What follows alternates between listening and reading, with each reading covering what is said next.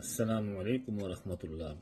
আশহাদু আল্লা ইলাহা ইল্লাল্লাহু ওয়াহদাহু লা শারীকা লাহু ওয়া আশহাদু আন্না মুহাম্মাদান আবদুহু ওয়া রাসূলুহু।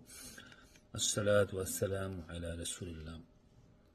হাদিসে কুদসিতে এসেছে, আল্লাহ তার বান্দাদেরকে উদ্দেশ্য করে কয়েকটি কথা বলেন। একটি হলো,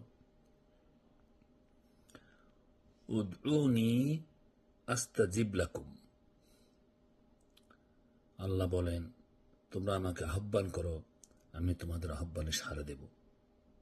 তারপর তিনি বলেন, লা ইন শাকারতুম লা আযীদান্নাকুম।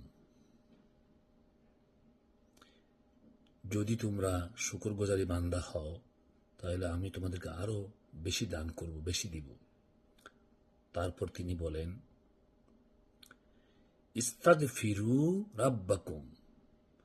তোমরা তোমাদের রবের নিকট ক্ষমা প্রার্থনা করো। ইন্নাহু কানা গাফফারা। নিশ্চয়ই তিনি মহা ক্ষমাকারী। আল্লাহ নিজেই তার বান্দাদেরকে উদ্দেশ্য করে বলেন, তোমরা এগুলো করো, আমি তোমাদেরকে এগুলো দেওয়ার জন্য বসে আছি। সুবহানাকা আল্লাহুম্মা ওয়া বিহামদিকা আশহাদু আল্লা ইলাহা ইল্লা আনতা আস্তাগফিরুকা ওয়া আতুবু ইলাইক।